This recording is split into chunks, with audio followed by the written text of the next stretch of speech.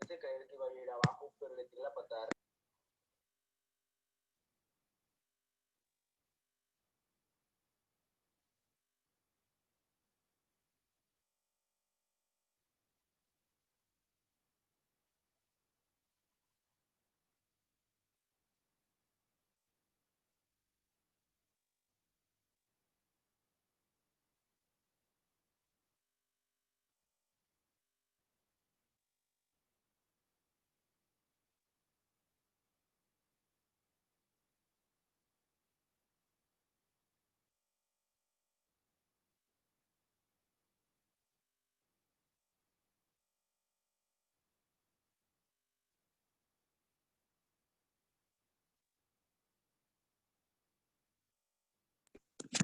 No se escucha nada.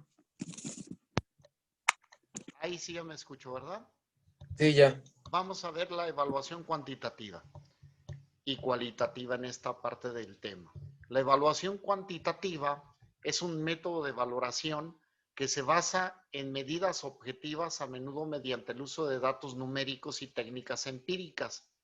A diferencia de la evaluación cualitativa, la cuantitativa, no se preocupa por la experiencia subjetiva de cada uno de los participantes en un programa determinado.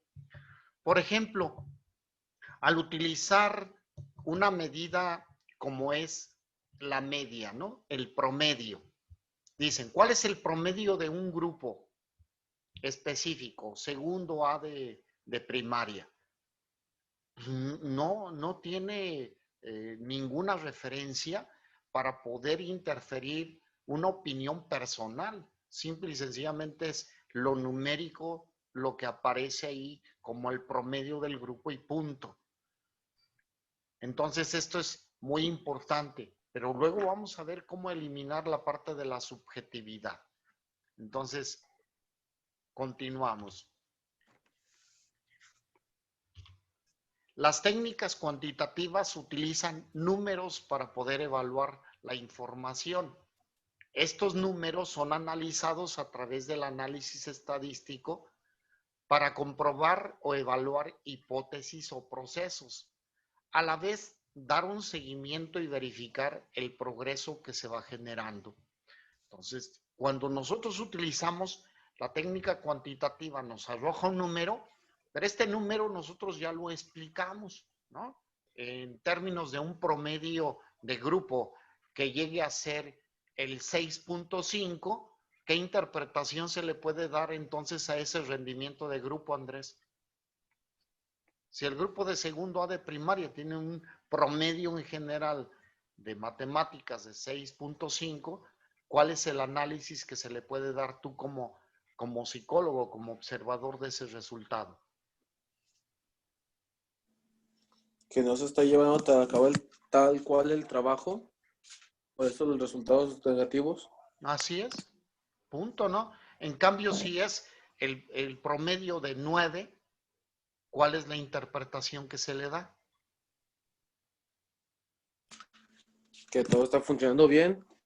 Que está funcionando muy bien, ¿no?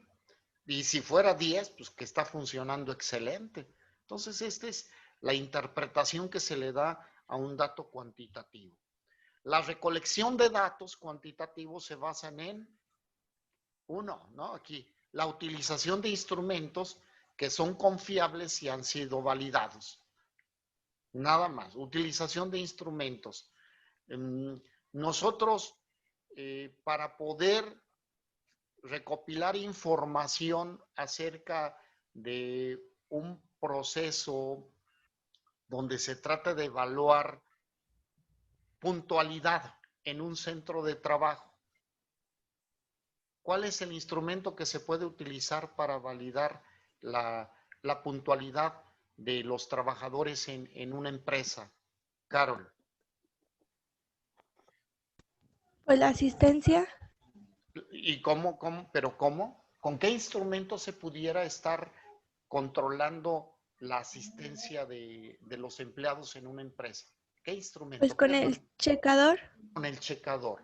¿El checador está validado o no? Sí. Sí, o sea, está validado, es confiable. ¿Puede tener errores? No, profe. Sí, ahí te va por qué, ¿vale? Si está el checador y es a través de un sistema digital, ¿no? El empleado llega y pone su dedito para que cheque su huella. Pero ¿qué tal que si la computadora donde estaba conectado no está funcionando? No le encendieron. No arroja datos confiables. Ya Se no, ya desestabiliza. simple y sencillamente no van a poder checar. Entonces, esa herramienta en ese momento ya no resultó ser confiable ni válido, ¿sí? Pero en sí en general se busca que los instrumentos, que las herramientas sean confiables, ¿no? ¿Cómo? Pues que esté funcionando y que esté operando correctamente. Después, los datos que se obtienen a través de estos instrumentos son objetivos y precisos y son analizados utilizando técnicas estadísticas. Con este mismo ejemplo del reloj checador, es registrado en el sistema, ¿sí? Y este sistema procesa esta información y al final de la quincena me va a decir si esta persona se merece el bono de puntualidad o no. ¿De acuerdo?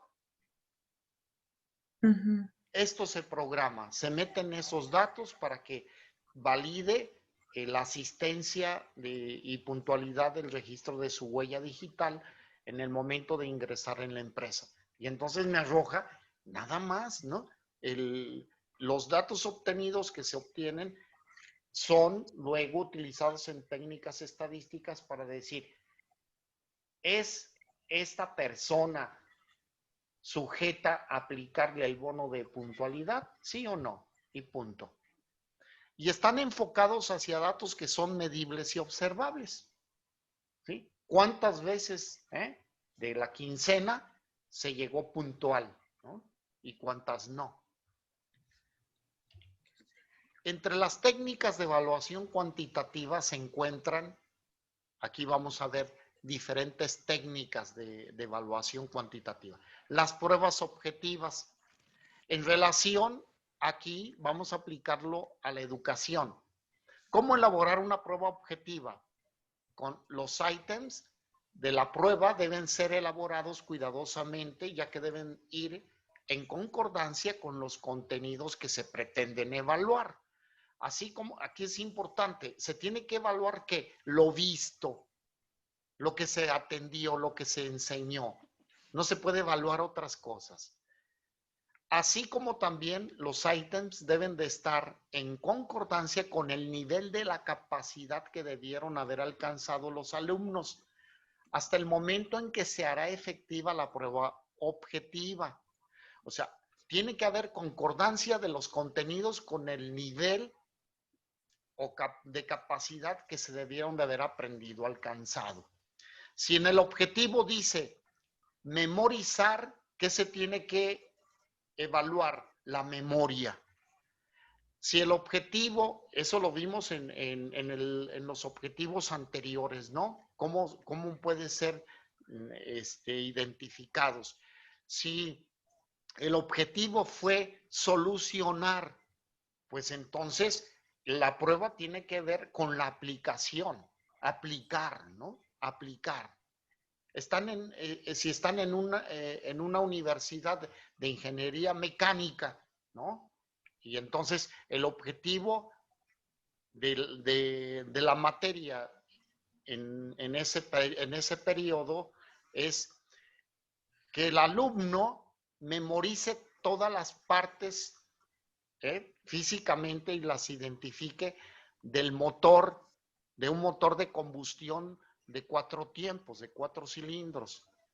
Pues entonces el examen tiene que ver en relación a que identifique el clutch, el acelerador, dónde está las bujías, ¿no? Dónde se encuentran el alternador, el motor, ¿no? Todas esas partes pues las tienen que identificar porque es lo que se le pidió en el objetivo. Pero si el objetivo ya es ajuste de clutch, Entonces el alumno tiene no nada más que identificar dónde está el clutch, sino también ejecutar, aplicar ahí el ajuste, ¿no? Tiene que modificar, tiene que intervenir ahí. ¿Esto sí está siendo claro? Sí. Ok. Y los tipos de ítems utilizados en una prueba objetiva tiene que ser falso o verdadero, de opción o selección múltiple, de clasificación. Imagínate hasta en niños pequeñitos, ¿no? Estás viendo campos semánticos con niños de segundo de primaria. Y dentro del objetivo de la materia de español, se dice que el alumno identificará los componentes de un campo semántico. Entonces, a la hora de elaborar una prueba objetiva, tú le pones figuras, son niños pequeños, ¿no? Y entonces le preguntas, de estas imágenes, de estas figuras que se te presentan, ¿cuáles pertenecen al mismo grupo? Y entonces le puedes, voy a exagerar, le pones, lo que pretendes es que el alumno identifique el campo semántico frutas y pones manzana, pera, plátano, ¿sí? Pero también pones algunos que no pertenecen a ese grupo y puedes poner un lápiz, una silla, etcétera. Entonces, esa es una prueba objetiva. El alumno ya abstrae, ¿no?, el concepto de campo semántico, que es lo que conforma y pertenece a un grupo. Y es una prueba objetiva, porque si el alumno selecciona el lápiz dentro del grupo de la fruta, quiere decir que el alumno no lo comprendió. Y entonces tienes que volver a reforzarlo. ¿Ok? Yo creo que esto es muy sencillo, ¿no? Luego, otra forma de elaborar pruebas objetivas son las encuestas. Estas van a estar conformadas por un conjunto de preguntas normalizadas para recopilar información en base a una muestra seleccionada para obtener datos estadísticos sobre hechos, opiniones, otras variables. Vamos a ver que tú tú como psicólogo, como psicóloga, eres contratado por una empresa para obtener la opinión acerca de cómo va la percepción de mandato de López Obrador, de esta cuarta T.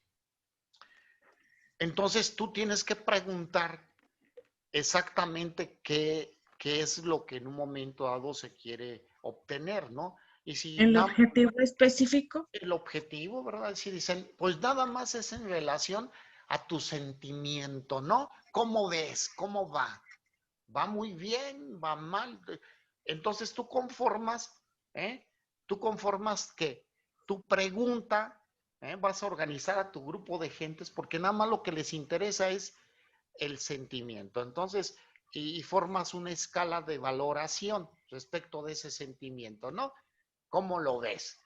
Entonces, puedes formar una escala donde pésimo, ¿no?, mal, regular, bien, excelente. Ya tenemos en esta escala cinco maneras en que puede contestar la persona encuestada. Entonces tú le entrenas a tus encuestadores y les vas a decir, la pregunta es esta, ¿no? ¿Cómo ve usted a este gobierno en su desempeño? ¿Sí? Pésimo, mal, regular, bien, excelente. O sea, tú ya les preguntas esto y la persona que tiene que contestar sobre de esto, ¿no? Y tú nada más vas poniendo luego la frecuencia en que están contestando las personas, pero seleccionas tú la población. Tú la delimitas y dices, bueno, pues esta encuesta está orientada, por ejemplo, para gente entre 20 y los 20 y los 30 años. Pues ya delimitas tu población y vas a sacar una muestra de esa población. Si dices que aquí en León son 1,5 millones de habitantes, entonces vas a obtener una muestra de un tanto por ciento y defines que se le tiene que hacer a 300 personas, ¿no? Buscar a 300 personas de esa edad, entre los 20 y 30 años. Entonces ya tú estás haciendo un muestreo confiable de esta opinión que se va a hacer acerca del gobierno que tenemos. Entonces, esta es otra manera. No puedes preguntar cosas que no tienen que ver. No puedes hacer una pregunta fuera de este contexto. Entonces, se tiene que hacer solamente con este contexto. No puedes preguntarle, oiga, ¿y qué opina acerca del COVID-19 aquí en León, Guanajuato? Nada que ver. O del gobierno de Santillana, ¿no? No, son aspectos diferentes. Entonces se tiene que definir esto, ¿no? Entonces se realizan por medio de entrevistas, utilizando cuestionarios con la presencia del entrevistador. O, fíjate bien, no solamente con la presencia del entrevistador, sino se pueden hacer por escrito, donde no es necesaria la presencia tuya. En una ocasión se hizo una encuesta en las empresas afiliadas estaba un organismo empresarial aquí en León, que estaba compuesto por los dueños de las empresas, y entonces hicieron un organismo donde estuvieran promoviendo la vivienda para los trabajadores. Entonces, contrataron a otra empresa encuestadora para realizar esta investigación de cuál era la necesidad de vivienda en sus trabajadores.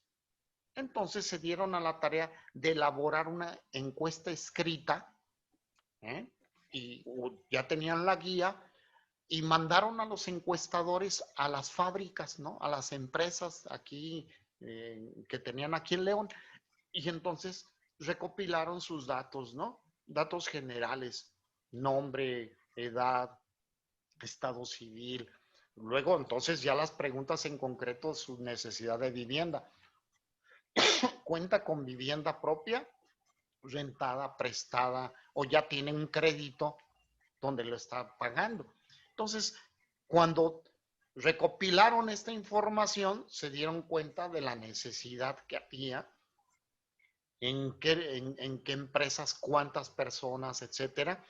Y recuerdo que promovieron la construcción de viviendas, ¿sí? Donde luego les dieron ese crédito a sus trabajadores, les ayudaron a hacer un financiamiento con un interés por debajo del que estaban otorgando en el Infonavit. Entonces, las encuestas. La escala de valoración es otro método.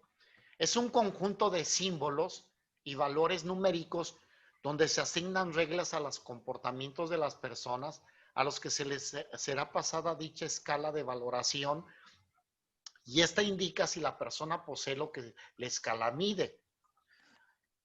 Vamos a ver, utilizar una escala de valoración, ¿qué implica? Determinar los comportamientos, rasgos, atributos y características a ser evaluados. Fíjate bien, escala de valoración. Proceso de reclutamiento y selección de personal en una empresa. Y se le dice que la persona reclutada debe de tener entre los 20 y 30 años. Estás manejándolo en un rango.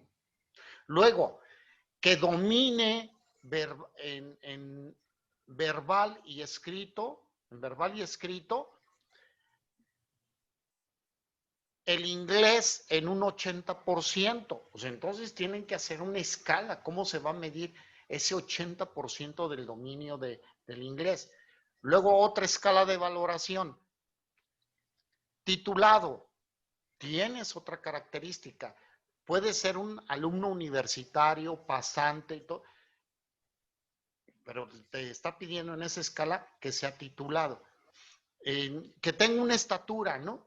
O sea, que tenga una inteligencia de tanto por ciento, un CI de tanto, dentro de cuál es la escala del CI que se maneja en la valoración a nivel psicológico, Marta.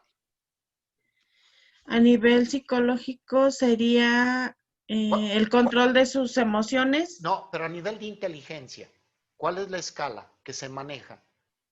La Weisler y la... Ya tenemos, el- ya tenemos ahí una, ¿no? Vamos, la Wessler o Terman, ¿sí?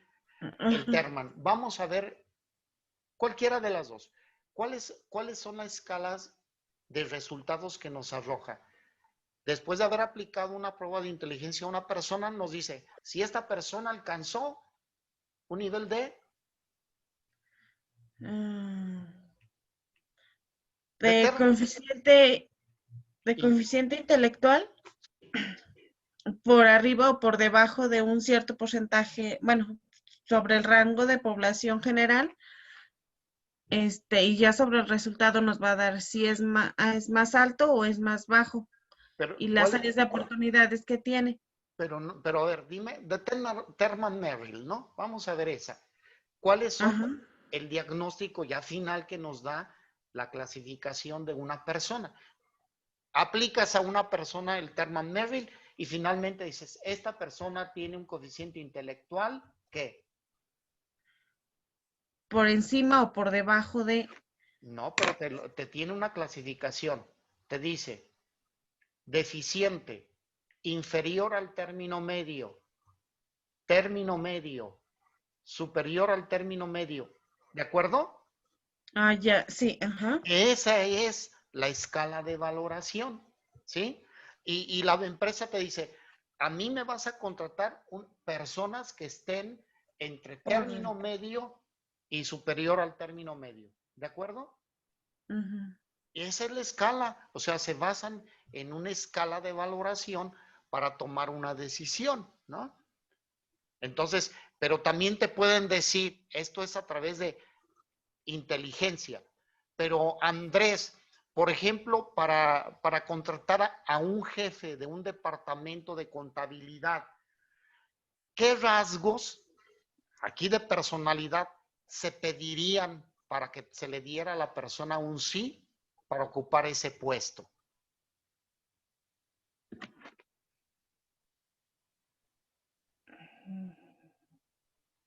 ¿Qué características de personalidad, dime, para poder ocupar un puesto de jefe de departamento de contabilidad? ¿Tú qué pedirías que tuviera esa persona si fueras el dueño de la empresa?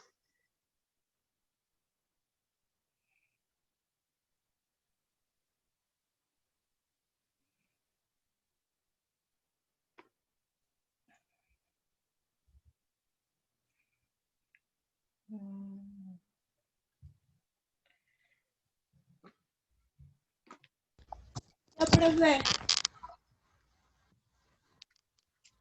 Profe, Carol, Paulina, ¿quién es? yo, Caro. Sí, dime. Yo pediría que supiera manejar el capital humano. Uno, ¿no?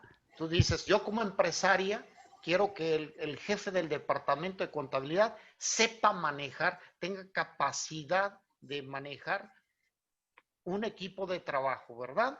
¿Qué más? Se tenga bien definido la toma de decisiones. La toma de decisiones. Sí, Ok, otro. Liderazgo. Liderazgo, asertividad.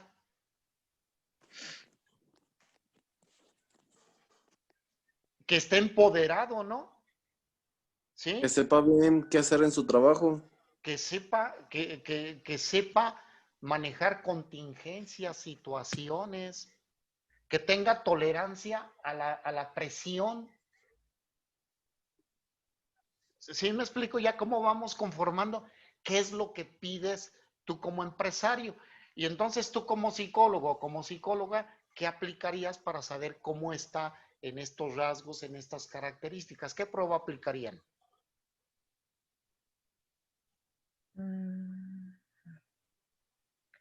¿Qué pruebas Ay, psicométricas?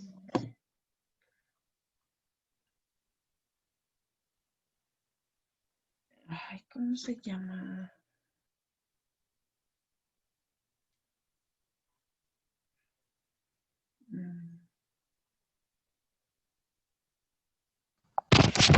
Podríamos aplicar una de personalidad. De personalidad, Ya, ajá.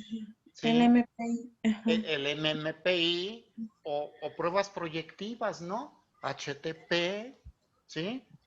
Entonces ya tienes, fíjate cómo ante una necesidad, una petición que te piden para valorar a una persona, tú como psicólogo, como psicóloga, cuando ya te dicen sus necesidades, empiezas a aquí elucubrar tu pensamiento y tu mente.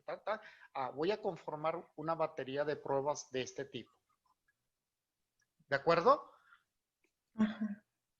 Y fíjate bien, y si dentro de una escuela te dicen, oye, hay un niño que, que al parecer no tiene ningún momento de calma, ¿no? Se para, brinca, grita, jala esto. Y dicen, valóramelo, evalúamelo. Pues ya te están diciendo su necesidad, ya te están diciendo cuál es la conducta presentada por el alumno, qué pruebas vas a aplicar para determinar qué es lo que está pasando con ese niño.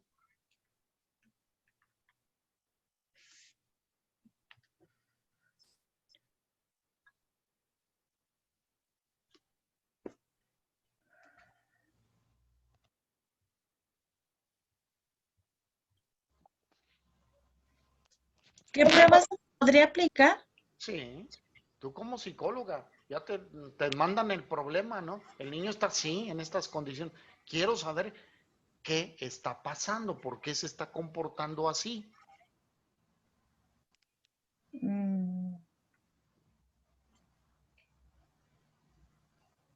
De comportamiento podría ser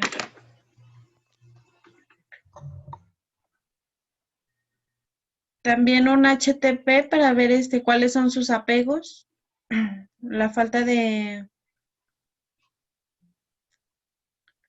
El HTP te va a manejar características ciertas de personalidad, rasgos de personalidad, ¿sí? Ese es por una parte bien.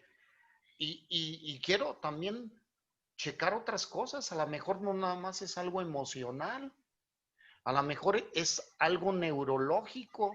¿Y qué prueba aplicarían? Podría ser un vender. Un vender. Vale, ajá. salió ya el vender. Entonces aplico proyectivas y aplico vender, ¿sí? Para entonces saber un diagnóstico apegado a una realidad. Yo lo puedo después contrastar. Esta palabra es muy importante, contrastar. Si yo ya tengo en el vender, ¿sí? Un resultado que me indica, ahí hay indicadores que me dicen que el niño tiene una probable lesión cerebral, ¿sí? Un daño ahí, una disfunción. Entonces, ¿qué vas a hacer? ¿Cuál es el siguiente paso?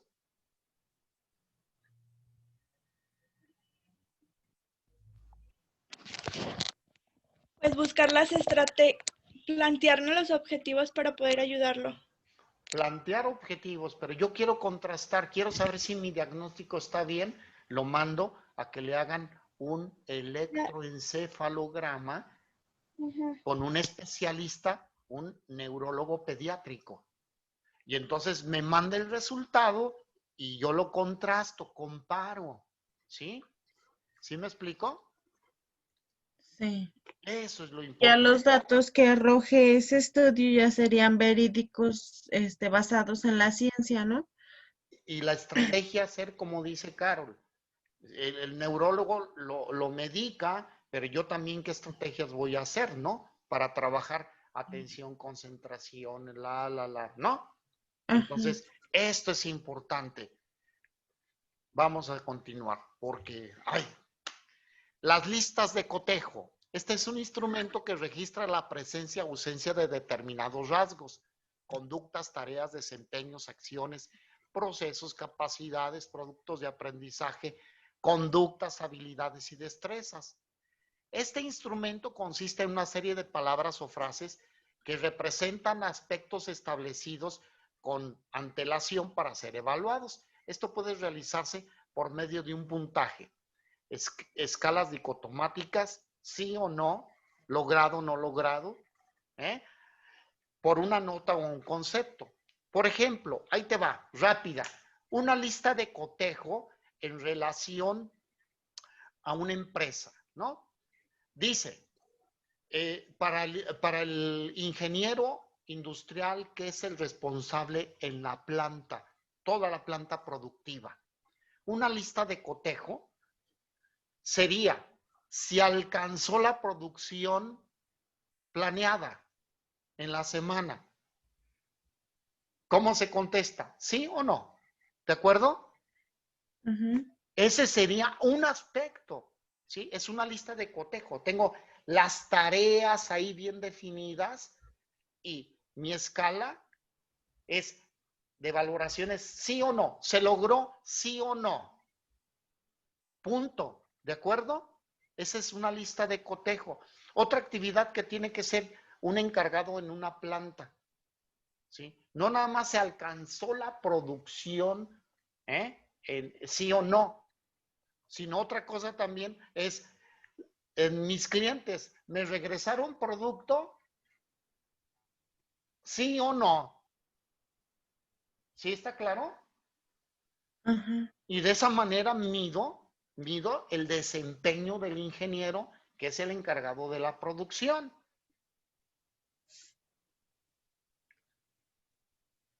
¿Estamos? Quiero medir yo al contador. ¿Qué me tiene que entregar forzosamente un contador al final de un mes, de un mes fiscal? Pues como un balance, ¿no? Los estados financieros, ¿sí? Ujú. Ahí, ese es el instrumento que me va a dar la información de cómo se llevó a cabo su trabajo. Entonces, yo digo, el contador entregó los estados financieros en tiempo y forma. ¿Sí o ¿Sí? no? ¿Sí o no? Punto. No, pues, oye, se los entregué más o menos. ¿Se puede hacer eso? No. Puede decir el contador, mire, pero sí yo entregué todas las pólizas, ¿no? Están bien ordenadas. Pues no. Ahí están todas las facturas. Sí, pero luego usted no hizo su chamba. Si dentro de una administración pública, el de obras públicas, dijo que se iban a pavimentar 500 metros cuadrados, ¿sí? En una semana. Pues cuando termine la semana, tu lista de cotejo ¿están los 500 metros cuadrados pavimentados? ¿Sí o no? O le puedes poner logrado, ¿no? Logrado o no logrado. Estos son listas de cotejo, ¿ok? Dentro Ajá. de la educación, una lista de cotejo es en relación, puede ser que tú vayas, observes un grupo y veas si hay orden, disciplina, trabajo en equipo, rendimiento, ¿sí? Solución de problemas, etcétera. O sea, tú lo vas viendo, ¿no? La limpieza del salón, etcétera. Listas de cotejo. Para un maestro significa la entrega de su planeación, calificaciones, subidas al sistema, etcétera. Logrado o no logrado, sí o no. Son listas de cotejo. ¿Estamos? Si se deshabilita la conexión, pues no importa. Esto se lo subo a la plataforma. Se debe tomar en cuenta los siguientes pasos para la elaboración de una lista de cotejo. 1. Se debe determinar el rasgo que se pretende evaluar. ¿Estamos? ¿Se logró la producción o no? Se debe de definir y se seleccionan los indicadores que se van a incluir y que se observarán. O sea, las listas de cotejo deben de tener estas características. Nosotros tener bien definido qué es lo que se quiere lograr, ¿no? ¿Qué es lo que se quiere lograr? Listas de cotejo, por ejemplo, en asistencia, ¿no? ¿Se logró? No. Pues, ¿a través de qué? Del checador digital. Luego, elaborar los indicadores partiendo de las definiciones elaboradas. Los indicadores es los aspectos que se quieren evaluar y se especificará el orden o secuencia de los indicadores, ¿no? En esto es únicamente, por ejemplo, a nivel escolar. Entonces, si en la observación de un grupo, pues yo voy a ordenar todo aquello que voy a observar y lo defino, ¿no? Y lo defino. Si veo tareas cumplidas, pues, es bien fácil, ¿no? Checo con la maestra, a ver, y le digo, ¿cuántos alumnos cumplieron con su tarea de matemáticas? Sacas un %, pero le vas a decir si sí o no, ¿sí? Si logrado o no logrado. Aquí no hay otra cosa, ¿no? Y seleccionar la escala que se aplicará para evaluar estos indicadores, sí o no logrado, etcétera. Y para la escala de apreciación debe ser politómica, ya sea numérica, categórica o gráfica. ¿Qué significa esto? Cuando se da una apreciación es como en la encuesta, ¿no? Yo tengo 5 opciones y entonces yo aquí ya tengo diferentes poli, ¿no? Poli, diferentes. Y yo esta opinión que se tuvo politómica en relación a la encuesta, ¿la puedo graficar, sí o no? Sí. Sí. ¿Cuántos contestaron que la actuación de López Obrador, si es pésima, si es regular, y saco una dispersión, lo grafico y lo represento, ¿no? ¿Cuántos opinaron y en qué porcentajes? Y puedo sacar una conclusión, si tienen una percepción buena, regular o mala en general, ¿no? Y por último, pues ya dije, diagramar los resultados, el instrumento que yo utilicé. Y en la evaluación cualitativa es aquella cuyo enfoque es mirar más la calidad del proceso educativo que los resultados del mismo. Fíjate bien, aquí es el punto importante del quehacer dentro de los procesos, por ejemplo, educativos. A mí, ¿qué me interesa? ¿Nada más el resultado final? No, a mí me interesa todo el proceso. Desde la enseñanza, el proceso de ejecución del ejercicio hasta el final.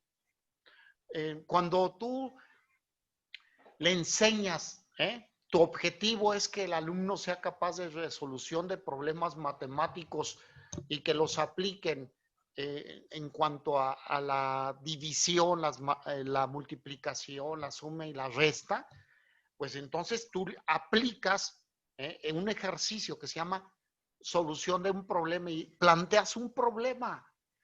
¿Pero qué vas a revisar? ¿Resultado? No, todo el proceso. Entonces yo veo la lectura que da el alumno del problema. Luego, ¿cómo va organizándose para solucionar? Y dices, ¿identificó los datos? Bien, ¿no? Sí los identificó, todos los datos. Luego, el procedimiento, las operaciones. Oyes, identificó bien si hay que sumar